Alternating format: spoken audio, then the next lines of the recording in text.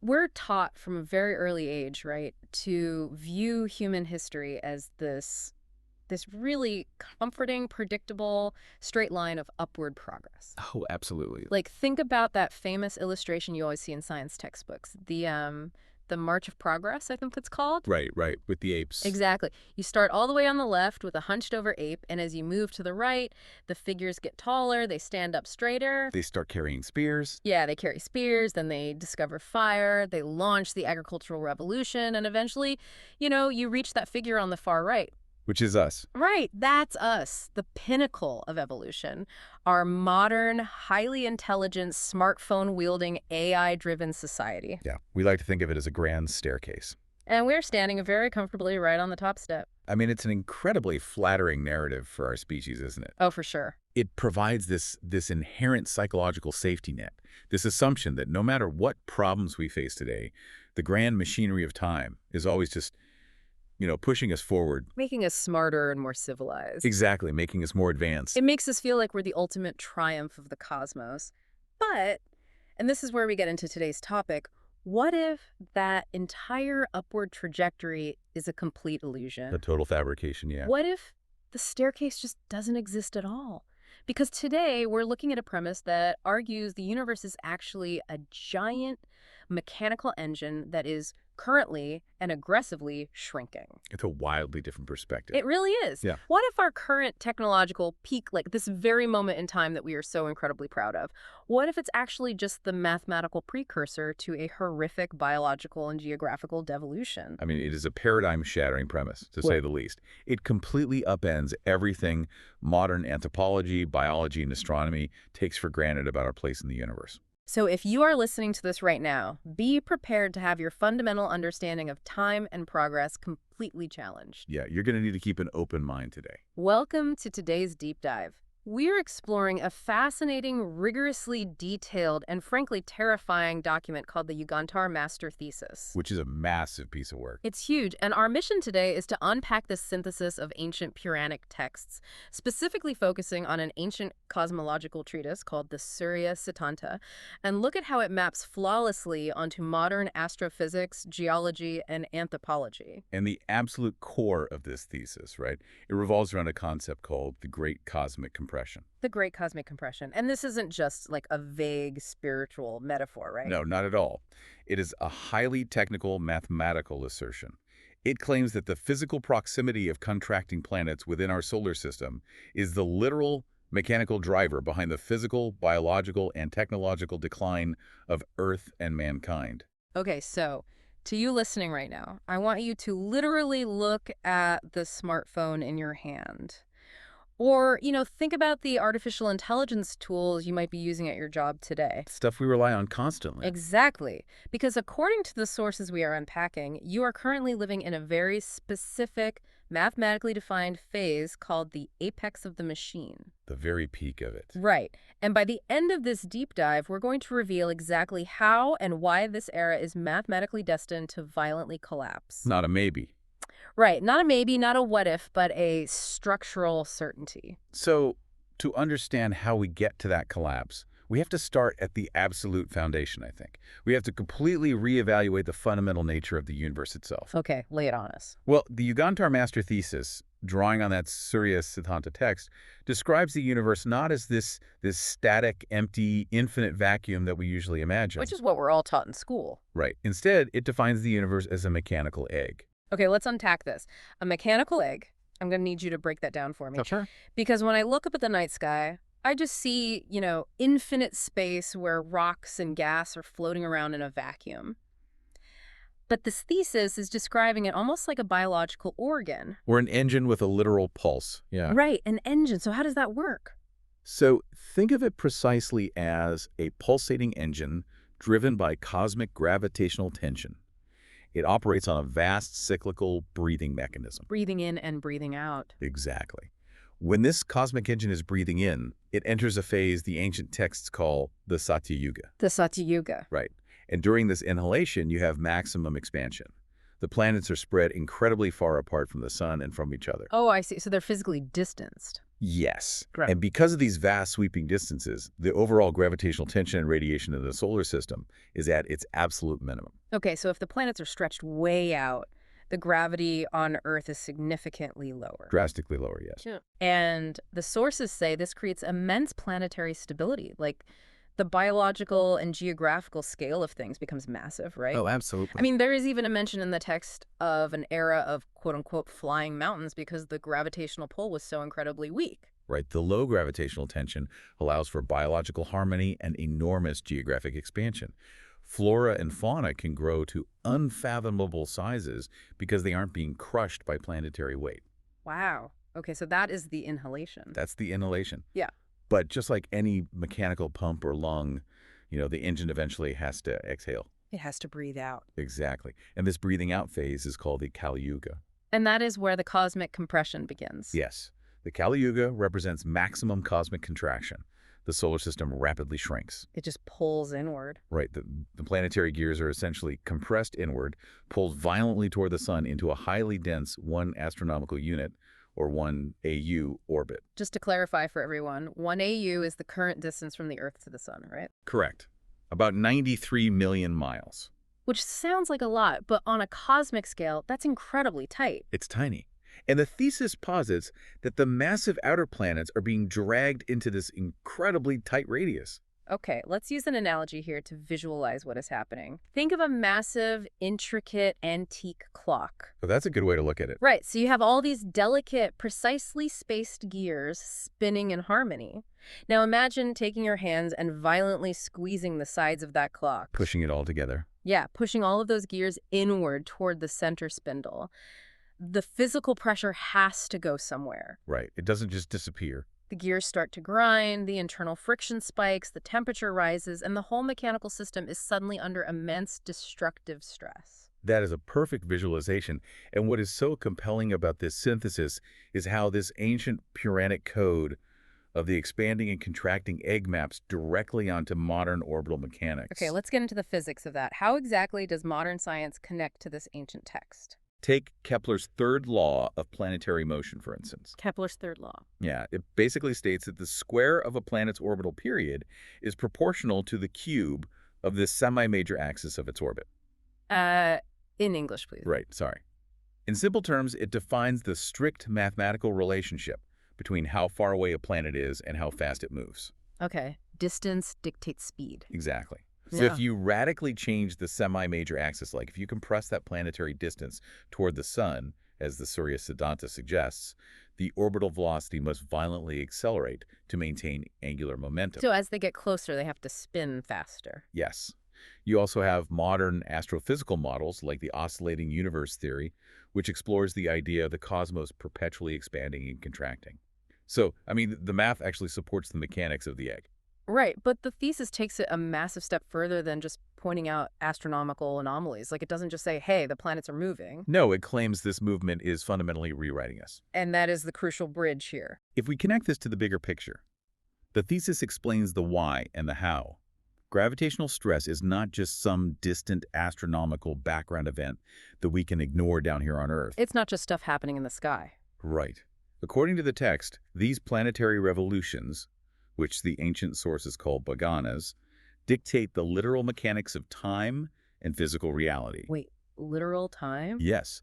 The compression of these massive planetary bodies amplifies solar radiation, electromagnetic fields, and gravitational stress so severely that it physically alters the biological hardware of everything living on Earth. Okay, I really want to dig into that term you just used, biological hardware. It's a great term. Because if I'm understanding this correctly, this thesis is arguing that human consciousness and biological evolution aren't driven by, random terrestrial mutation. Like, not just random chance. But by the literal physical squeezing of the solar system. How exactly does this shifting of the cosmic gears play out? Because the outline gives us some very specific, highly mathematical numbers for how these planets move. They do, yeah. And this brings us to what the text calls the planetary convergence matrix. The planetary convergence matrix. Right. The entire solar system doesn't just casually drift inward. It contracts along a highly specific 1 to 2 to 4 to 8 acceleration index. So it's exponential? Exactly. The planetary gears violently shift inward in a cascading sequence of exponential speed. To understand the biological impact, we have to look at the planets individually. Let's start with Jupiter. Okay, Jupiter, which is defined in the source text as the divine element. Yes, in the expansive low-tension Satya Yuga, Jupiter sits at a massive 17.17 AU away from the Sun. 17.17 AU, that's really far out. It is distant, it's stable, and its electromagnetic influence is profound and harmonious. But as the kaliyuga contraction takes hold, Jupiter is violently pulled inward, retreating all the way down to a highly accelerated 1.29 AU orbit. Wow, it drops from 17.17 AU down to 1.29 AU. That is a colossal geographical shift in the solar system. It's huge. But the biological effect, and this is where I really need you to explain the mechanism, the text says this physical distance from the outer regions, which it calls Swarga, literally severs humanity's biological connection to divine consciousness. Yes, that's what it claims. But how does a gas giant moving closer to the sun make us less spiritual? I mean, structurally, how does that work? Well, we have to view the human brain and central nervous system as an incredibly sensitive electromagnetic receiver, like an antenna. Okay, an antenna, I can picture that. The ancient texts suggest that our biological hardware is specifically tuned to receive subtle cosmic frequencies. The term swarga, which is often loosely translated as heaven or higher realms. Right, usually treated as a metaphor. Exactly. But it is treated in this thesis as a literal physical region of expansive high-frequency cosmic radiation located in the outer orbits. So it's a tangible frequency, not a mystical cloud. Precisely. When Jupiter is in its correct, expansive 17.1 AU orbit, its massive magnetosphere acts as a relay. Yeah, it connects Earth's biosphere to these higher swarga frequencies. It stabilizes human brainwaves. Think of deep theta or delta states that people achieve in meditation. Oh, wow. But when Jupiter is compressed and accelerated down to 1.29 AU, that relay is physically broken. The frequency shifts into a chaotic, compressed wavelength. So the signal gets scrambled. Exactly. The biological receiver in our brains can no longer tune into the divine broadcast. It creates a spiritual zero point. Humanity is literally unplugged from the higher cosmos. Okay, so we are unplugged. The divine frequency just drops out entirely. Yes. And while nature abhors a vacuum, which brings us to Venus. Venus, yes. Because Venus operates almost like a seesaw with Jupiter. As the divine connection falls, the machine rises. Venus is labeled in the text as the material element or the driver of Asura and Maya. Correct. So Venus is pulled from a dormant 2.38 AU in the expanded era down to a scorching 0.18 AU during the Kali-yuga contraction. Wait, 0.18 AU. That means it is practically grazing the sun. It is an incredibly dangerous proximity. And the textual translation of the effect on humanity is profound. What happens? The proximity of Venus triggers pure materialism. It ushers in the age of extreme capitalism and obsession with superficial genetics, artificial intelligence, and what the ancient texts call Viparit Veda. Okay, let's break down that term, Viparit Veda, because it seems central to this whole era we're in. Sure. So Veda translates to knowledge or wisdom. Viparit means reversed, inverted, or contrary. So Viparit Veda is inverted knowledge. Inverted knowledge, yes. Meaning I hyper-focus on using highly technical, advanced knowledge, not for enlightenment or societal harmony, but for destruction, extreme luxury, and ultimately our own demise. Exactly. But listen, I have to stop you here and push back hard on this. Okay, go for it. I can follow the logic of planetary magnetospheres affecting brainwaves in a broad sense. I get the antenna analogy. But you are telling me that the physical position of Venus literally dictates our modern society's obsession with capitalism. Like a rock millions of miles away makes us want to invent AI and buy luxury goods. I know how it sounds. It sounds like astrology, not astrophysics. Connect those dots for me mechanically. How does astronomical distance translate to specific socioeconomic behavior? It's a vital question. And to answer it, we have to look at the endocrinology implied by this extreme gravitational shift. The endocrinology, or Right. hormones. Yes. The text asserts that Asura and Maya, illusion and materialism, they are not abstract moral failings. They are physiological states of the brain. Oh, interesting. When Venus moves to 0.18 AU, its gravitational and electromagnetic friction with the sun amplifies a very specific dense band of solar radiation. And how does that specific radiation hit the human body? Our biohardware reacts defensively. The intense, chaotic radiation suppresses the prefrontal cortex. Which is the part of the brain responsible for long-term planning, deep empathy. And spiritual intuition, exactly. Simultaneously, it hyperstimulates the basal ganglia and the amygdala, The fear centers. the ancient survival-driven resource-hoarding centers of the brain. So when the prefrontal cortex goes dark and the amygdala goes into overdrive across an entire species. The inevitable mathematical output of that society is hypercapitalism. Exactly. It is the biological hoarding of material resources, which is Maya, or illusion, because the brain is in a state of constant, low-grade, cosmically induced panic. Okay, that is fascinating. Right. So we aren't just making poor moral choices as a society to be greedy or to build destructive technology. We were literally being biologically driven toward artificial material illusions because the crushing gravitational weight of Venus is rewriting our neurochemistry. Got it. We are building the Viparita Veda, the inverted knowledge, because our brains are physiologically trapped in a survival loop. Exactly. It is a mathematical inevitability of the contracting system. And the gravitational pressure doesn't just alter our brain chemistry. It fundamentally alters cellular biology and the mechanics of time itself. Which brings us to Saturn. Yes, this is where we must examine Saturn. Saturn, known across almost all ancient cultures as the planet of time, limits, and karma. Right. So in the expanded universe, the Satya Yuga, Saturn sits way out at 31.5 AU. Way, way out there. At that massive distance, the localized gravitational influence of time on Earth's biology is essentially zero. Meaning what, exactly? Meaning cellular regeneration outpaces cellular decay. According to the texts, humans are free from strict karmic bondage, and their biohardware can endure for thousands of years without degrading. Thousands of years, but in the Kaliyuga, that massive gas giant is dragged inward. The text says Saturn contracts from 31.5 AU all the way down to 2.38 AU. It is right on top of Earth's orbit. And the immense gravitational pressure of that proximity forces the metaphorical wheel of time to spin at a terrifying speed. Karma becomes instantaneous, and the human lifespan plummets to a mere 20 years. Wait, 20 years? Yeah. That is a blink of an eye. Explain the physics of a 20-year lifespan. Because if I'm listening to this, I know human lifespans have actually increased over the last century due to medicine. How does this thesis justify a crash to 20 years? Well, the thesis argues that our modern medical interventions are just temporary band-aids on a rapidly degrading system. Oh, wow. When Saturn reaches that 2.38 AU proximity, the sheer gravitational load and cosmic radiation increase the oxidative stress on human DNA exponentially. Think of telomeres. The protective caps at the end of our chromosome. Yes, the caps that dictate how many times a cell can divide. Under the immense gravitational pressure of Saturn's proximity, the friction at the cellular level causes those telomeres to burn away rapidly. They just disintegrate. The biological body simply cannot handle the kinetic energy of the contracted solar system. It's like plugging a 120-volt electronic device directly into a high-voltage power line. It surges and it burns out. Exactly. The biohardware breaks down catastrophically.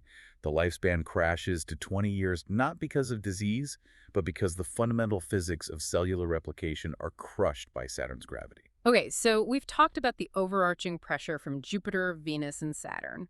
But the thesis points to two very specific celestial bodies as the immediate mechanical drivers of our rapid mental and biological decline. The accelerators of doom, if you will. Right. If I'm looking for the smoking guns of this cosmic crime scene, it's these two, Mercury and the Moon. Yes. Let's look at Mercury first. In ancient astrology and in this thesis, Mercury governs intellect, analytical thought, and communication. Right. And in the expanded Satya Yuga, Mercury sits at a comfortable 1.23 AU. Human intellect is stable, deep, and driven by intuitive wisdom. But during the Kaliyuga contraction, Mercury is pulled deep into the sun's corona at an extreme 0.10 AU. 0.10 AU. It is basically inside the sun's atmosphere at that point. And the outline says its velocity increases 48 times its normal speed. Yes, 48 times. The astronomical term for a planet that gets too close to the sun is combust. Combust. The thesis takes this literally for our biology. As Mercury accelerates by a factor of 48 at 0.1 AU, human intuitive wisdom literally burns away. It just fries. The higher cognitive faculties are scorched. And what happens when our deep intuition burns away? The text says it is replaced entirely by binary AI processing and ultimately reduces down to what it calls a survivalist insect mind. Insect mind, yes. That is the direct mechanical explanation for the sudden, explosive rise of artificial intelligence in our current era. Wait, really? The AI boom is because of Mercury? Yes, When Mercury is combust, the human brain's ability to hold paradoxes, to feel deep intuitive truths, and to engage in complex, nonlinear philosophical thought is physically fried by the electromagnetic frequency of the sun-scorched planet. So we literally lose the biological capacity for deep thought. Yes, our brains are forced to operate purely in rapid, binary action-reaction pathways, the insect mind. Wow. Because we can no longer process deep intellect biologically, we externalize it. We build massive silicon servers and binary machines to do the thinking for us. So the AI boom isn't a sign of our brilliance at all. Not according to this thesis, no. It is a desperately built crutch because our innate biological intellect has combusted. That is an incredibly humbling and frankly terrifying way to look at modern technology.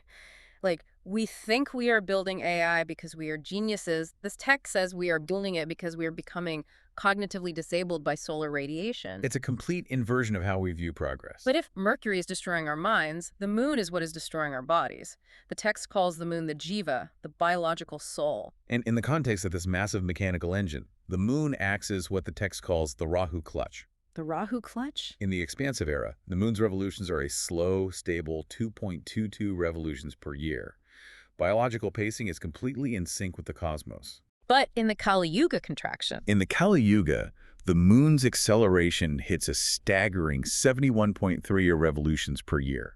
Okay, let's explore this clutch analogy, because I think this is where the mechanical reality of this thesis really hits home for you listening. It's a very grounded way to explain it. Think of a manual transmission in a car. You have the engine spinning and you have the wheels. The clutch is the friction disc that connects them. Right. If you slip the clutch, if you keep it partially engaged while flooring the gas pedal, the engine screams, the RPMs redline, the gears grind, and the heat from the friction is unbelievable. Exactly. The source says the moon acts as this mechanical clutch, and its hyperdrive state engages constantly against the Earth. Yes, exactly. The sun and the contracting planets are the massive engine, and Earth's biology is the wheels.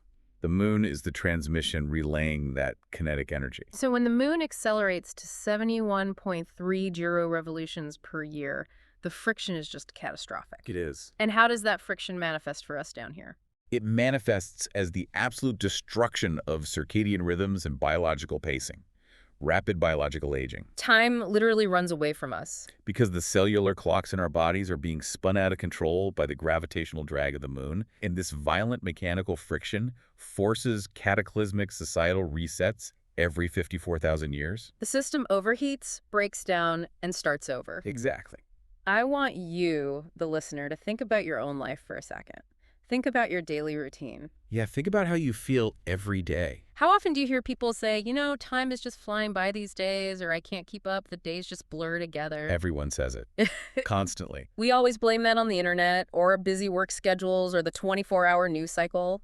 But the expert analysis of this thesis connects that modern, everyday physiological anxiety directly to the literal gravitational hyperdrive of the moon.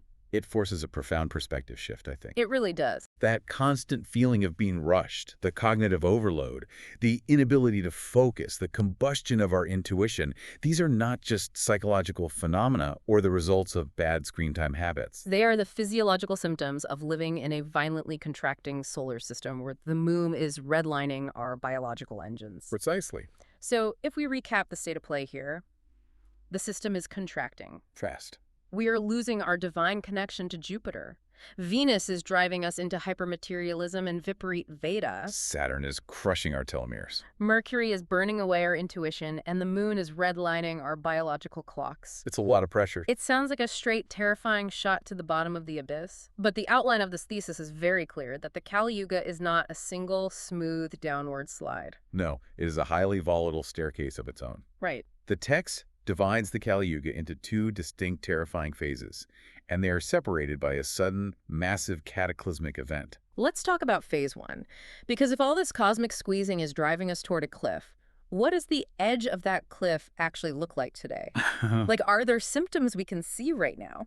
The text calls this first phase AbhinavPurusha, or the apex of the machine. And to be perfectly clear with you listening, this is the exact moment we're living in right now. This is today. It is the absolute peak of the machine era. Society relies entirely on silicon, Machines, artificial intelligence, algorithms, and technical luxury. Because we've lost that biological intellect. Right. During this phase, Venus sits at 0.25 AU and Mercury sits at 0.47 AU. Still incredibly close to the sun, still generating that intense material friction. Yes. And under these specific orbital pressures, human consciousness is pushed entirely into a state of artificial luxury. Artificial luxury. The text states that the human ego becomes entirely mechanical. Yeah. We view ourselves as machines that need to be optimized rather than souls connected to a cosmos. We're biohacking. Exactly. Biohacking is a perfect example of this mechanical ego. The sources outline some very specific societal markers for this era. And I want to be clear here. The thesis reports these impartially as the mathematical output of a biological system under extreme distress, not as political judgments. Right, it's just mechanics. For instance, it notes that natural resources are ruthlessly exploited to feed the machine grid. We hollow out the earth to build batteries and servers. And it also points to what the text translates as gender instability. Yes, I wanted to bring that up. It describes this as a fundamental disorder in biological nature and a heavy societal reliance on fluid social constructs. Which, again, the text frames purely mechanically. When the biohardware is subjected to the crushing, chaotic frequencies of Venus and Mercury, the fundamental biological categorizations and hormonal systems that operated smoothly in the Satyuga begin to destabilize and fluctuate. Precisely. The biological hardware is failing to maintain its structural integrity under the cosmic pressure. The system is breaking down. And in response, humanity attempts to insulate itself. We build the technological grid. We use servers, electricity, artificial light, and synthetic environments to hide from the collapsing natural world. We build a digital fortress. We do. But this phase, this apex of the machine, is completely unsustainable. The math demands a breaking point. Which brings us to the pivot, the dividing line between the two phases of Kaliyuga. The Great Crash, the abrupt and violent end of the machine era. The text says this crash is triggered by peak proximity. What exactly is the mechanism of this crash? How does it happen? Well, as the planets are drawn to their most incredibly compressed orbits around the sun, the gravitational crowding triggers an absolute environmental collapse. Okay. The electromagnetic friction causes the sun to react violently. We're talking about solar flares, coronal mass ejections. Yes, but on a scale that defies modern modeling. Imagine the Carrington event of 1859, which shorted out telegraph wires globally, but multiplied by a factor of 10,000. Oh, wow. Massive, unendurable waves of cosmic radiation and extreme heat waves strike the Earth's atmosphere. And the result is the permanent destruction of the Viparita Veda, the modern grid, the massive server farms, the artificial intelligence networks, the supply chains. They're all wiped out instantly. And forever, in a single colossal electromagnetic shock. Society is violently, instantly stripped of its mechanical ego. The thesis states that humanity transitions in a heartbeat from the Purusha machine state to the Prakriti state. Prakriti, meaning nature, brutal, uninsulated nature. Yes. So what does this all mean for us? Because if the grid goes down permanently, we don't just gracefully return to the 1800s. We don't just start riding horses and farming by hand. No. If this thesis is correct, we enter an entirely different, highly mutated, terrifying reality. Exactly. This is the grand illusion of our current era. The technological boom we are experiencing right now isn't a triumph of the human spirit. Right. According to the text, it is merely a symptom of extreme cosmic pressure that is mathematically destined to fail. The grid is a fragile digital sandcastle being built right at the shoreline moments before the ultimate cosmic high tide. And when that tide comes in, we cross into section 5 of the thesis, the biological U-turn and geographic collapse. We enter phase 2, Kaliyuga Prakriti. The return to brutal nature. Humanity is stripped of its machines and forced into primal survival. But it's not just the technology that collapses. No, the physical landscape of the Earth itself undergoes a violent transformation. The text tracks this geological collapse using what it calls a landmass index. Right. In the expanded low-gravity Satyuga, the landmass index is at its maximum, represented by the number 1,000. Huge, sprawling, stable continents. But in this final phase of Kaliyuga, that index drops from 1,000 to a mere 10. It drops to 10. It drops from 1,000 down to 10. That is a 99% reduction in habitable land. Where does it all go? How does an entire planet's surface area just vanish? It is consumed by water and kinetic pressure. Water. So massive floods. The extreme cosmic contraction creates intense, chaotic tidal forces. The rising oceanic volume swallows the coastal regions entirely. But it's far more violent than just a flood. What happens? The extreme gravitational pressure from the compressed solar system literally compresses the Earth's tectonic plates. So the mantle convection goes into overdrive. Exactly. The subduction zones accelerate. Yeah. The remaining land masses are violently crushed and merged together into a single, brutal, heavily compressed island supercontinent. And the ancient text calls it Pangaea Reborn? Pangaea Reborn, yes. This is where I am absolutely blown away by the rigorous overlap between this ancient text and modern science. It's uncanny, isn't it? Because modern geologists right now, today, predict the future formation of a supercontinent through tectonic plate shifts. They literally call it Pangaea Ultima. They do? They use satellite telemetry and geological modeling to predict that the continents will smash back together, shrinking the habitable landmass and severely disrupting the oceans. It aligns seamlessly. The ancient Puranic text's description of water flood and massive tectonic compression is not a myth. It is the exact same outcome our own geologists say will happen under extreme planetary stress. Modern science views the original Pangaea as a relic of the ancient past, but this cosmological data proves it is also our mathematically guaranteed future. Yeah. So we have a 99% reduction in land, a crashed grid, and an overheated atmosphere. It sounds unlivable. It gets worse. Because the environment becomes even more hostile, and the main biological driver of this nightmare phase is Mars. Mars, defined in the thesis as the catalyst of blood and mutation. In the Kaliyuga, Mars is pulled from a distant 4.75 AU all the way down to an extreme proximity of 0.42 AU. Geologically, this extreme proximity acts as a gravitational hammer. It causes violent tectonic stress, leading to continuous catastrophic earthquakes and volcanic eruptions. The Earth is quite literally tearing itself apart under the tidal pull of Mars. But the biological impact of Mars, sitting at 0.42 AU, is even more visceral. The text says this specific spectrum of Martian radiation heavily impacts the endocrine system. Hormones again? It spikes adrenaline to toxic levels and triggers unprecedented physical aggression. So it forces a state of perpetual war, wrath, and absolute ruthlessness among all living creatures. Yes, the high-frequency radiation breaks down whatever remaining social structures exist. And beyond the behavioral changes, the cosmic radiation from Mars at that proximity is highly ionizing. Extremely ionizing. It penetrates the atmosphere and triggers severe biological mutation. It literally shatters and randomly recombines the DNA double strands of the surviving life forms. Which sets the stage for the absolute bottom of the cycle. The darkest epoch of the Kaliyuga, known as Sanyamas, and the rise of the behemoths. This is where the Darwinian model of evolution is flipped completely upside down. So the environment has collapsed, the grid is gone, the heat is overwhelming. What happens to the mammals? What happens to the elephants, the lions, the wolves? They are eradicated. Just gone. The overwhelming heat of the compressed solar system and the extreme ionizing radiation from Mars wipe out all large modern mammals. Their biological hardware is entirely unsuited for the compressed environment. But life itself doesn't stop. It mutates to fit the container. Right. The severe DNA mutations driven by Mars, combined with the brutal high-gravity environment, trigger the return of massive, highly adaptable, violent reptilian entities. Because cold-blooded biology is far more resilient to extreme heat and radiation. The mutations resurrect the behemoths. Dinosaurs. The resurgence of prehistoric biological conditions, these monstrous biological entities rule the brutal final epoch of the Kaliyuga. They are the apex predators of Pangaea Reborn. And this brings us to the most tragic question of the thesis, I think.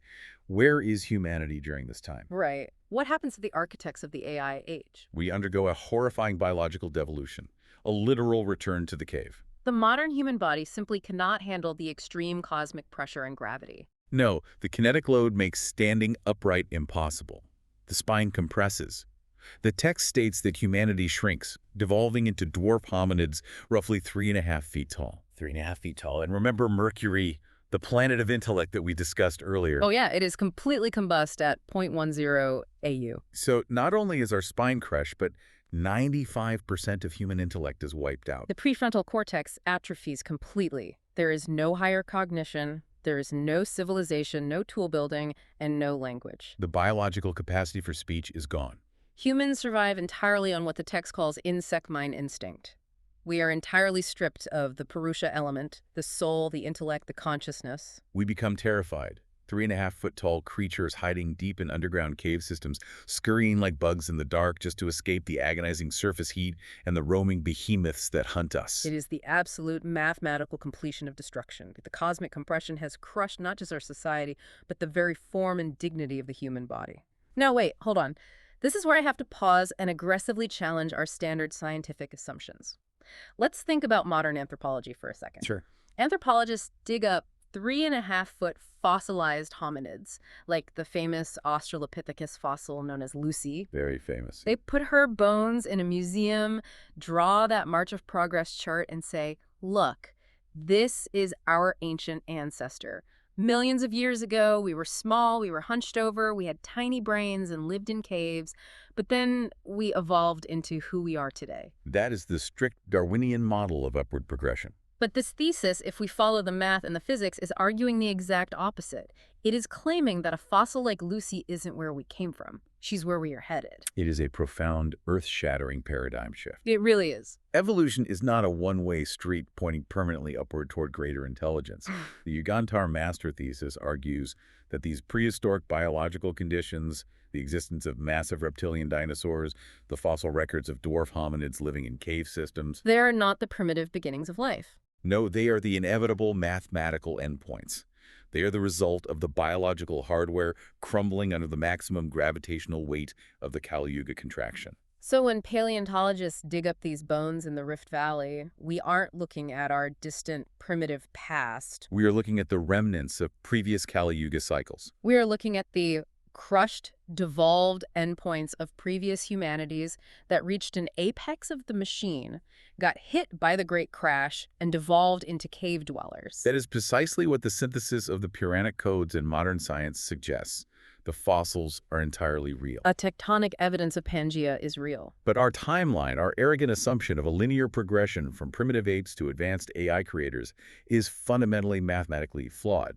We have the timeline backward. If you're listening to this right now, you're probably feeling a crushing sense of existential dread. I know I am. It's heavy. We are currently sitting at the apex of the machine. We are waiting for the Great Crash, after which we lose our technology permanently. The continents will compress into Pangea reborn, dinosaurs will mutate back into existence via Martian radiation, and our descendants will devolve into 3.5-foot, insect-brained cave dwellers. It sounds like the ultimate horror story. It's incredibly bleak. It is undeniably terrifying from our current ego-driven perspective. But the thesis doesn't end in that dark cave. We have to look at the final mechanism of the engine, the cosmic reset. The cosmic reset. Because Yeah. the universe is not a torture chamber, right? It is a self-regulating machine. Right. This terrifying contraction isn't a permanent end. It's a mechanism with a purpose. What's the purpose? The universe is a self-cleaning engine. The extreme contraction of the Kali Yuga builds up unsustainable physical and thermodynamic pressure. It crushes everything down until the planetary contraction reaches absolute zero. Absolute zero. This point of maximum entropy and density is called absolute Pulaya.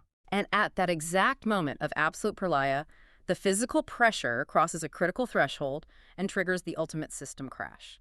The ancient text refers to this reset mechanism as Kalki. Kalki. Kalki is not a man on a horse with a sword.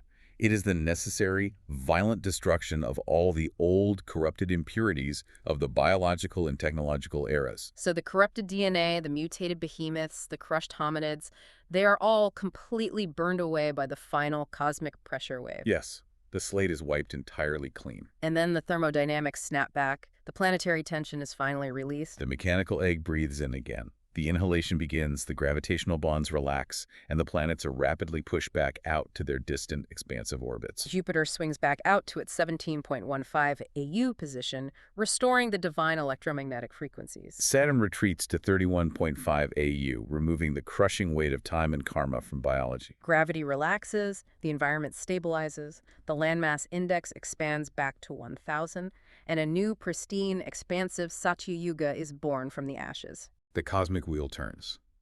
The universe isn't dying, it's functioning exactly as it should. There's a strange, objective philosophical beauty to it, even if the mechanics of the exhalation are brutal for the biological hardware to experience. It forces us to realize that we are part of a much larger rhythm. We aren't the masters of the timeline, we are subjects to the cosmic breath. You're just biology riding on the gears of a massive, indifferent clock. So let's briefly recap this breathtaking journey we've just been on today. We started with the expanding mechanical egg of the Satya Yuga, a time of massive geographic scale and divine biological connection. Then we tracked the ruthless 1 to 2 to 4 to 8 acceleration index as the planetary gears violently shifted inward toward the sun. We examined how Jupiter's retreat to 1.29 AU severed our brain's connection to divine frequencies. And how Venus's scorching proximity at 0.18 AU suppressed our prefrontal cortex, forcing humanity into a panic of hypermaterialism, capitalism, and the destructive era of Viparit Veda. We looked at the physics of cellular destruction as Saturn closed in, dropping human lifespans to 20 years. We felt the catastrophic friction of the moon's Rahu clutch accelerating biological time. And we watched our intuitive intellect physically combust as Mercury plunged into the solar corona, leaving us with binary insect minds reliant on artificial intelligence. We explored the fragile arrogance of our current era, the apex of the machine, and the inevitability of the Great Crash, the massive electromagnetic shockwave that will permanently wipe out the technological grid. We tracked the violent geological compression as subduction zones form Pangaea reborn, while Martian radiation at 0.42 AU triggers severe DNA mutations. Leading to the rise of the behemoths and the terrifying devolution of mankind into 3.5-foot cave-dwelling hominids. And finally, we saw the system reach maximum pressure at absolute pralaya, triggering the Kalki reset and the beautiful, expansive rebirth of a new Satya Yuga. What is truly remarkable, and what should stick with you long after this deep dive is over, is how flawlessly the ancient mathematical codes of the Surya Siddhanta map onto modern scientific reality. It's stunning. Kepler's laws of orbital mechanics, the geological models predicting Pangaea Ultima, the mechanics of ionizing radiation on DNA, and the hominid fossil record, they all align perfectly to describe the exact same breathing universe. So to you, the listener, I want you to look around one more time at your technological luxuries. Look at the high-definition screens, the wireless internet, the climate-controlled rooms, the sophisticated AI models you use to write emails. Take it all in. Consider for a moment that we are not the brilliant masters of nature, conquering the universe one silicon microchip at a time. We are merely passengers in a massive, breathing mechanical engine. And right now, that engine is exhaling. The gears are grinding inward. The physical pressure is building, the planets are converging, the math is already in motion, and it cannot be stopped. I want to leave you with one final, deeply provocative thought to mull over on your own. We talked about how the ancient hominid fossils, like Lucy, and the massive dinosaur bones we dig out of the rock today might actually be the crushed remnants of previous kaliyuga cycles. The organic debris left behind by the cosmic contraction. Well, if our current era, this highly advanced, AI-obsessed machine era, is mathematically destined to be wiped out by the Great Crash, what traces of our specific civilization will survive the crushing pressure? When the Earth compresses, when the continents smash together, and the massive radiative storms burn away the electrical grid forever, what actually gets left behind in the geological rock strata? Millions of years from now, after the cosmic wheel turns, when a completely new iteration of humanity in the next cycle is digging through the dirt to understand their past, what melted, bizarre, highly processed traces of our server farms and lithium batteries will they dig up? It's a crazy thought. If they find a fossilized, fused layer of silicon microchips and smartphone glass compressed into the bedrock, how completely will they misunderstand who we were?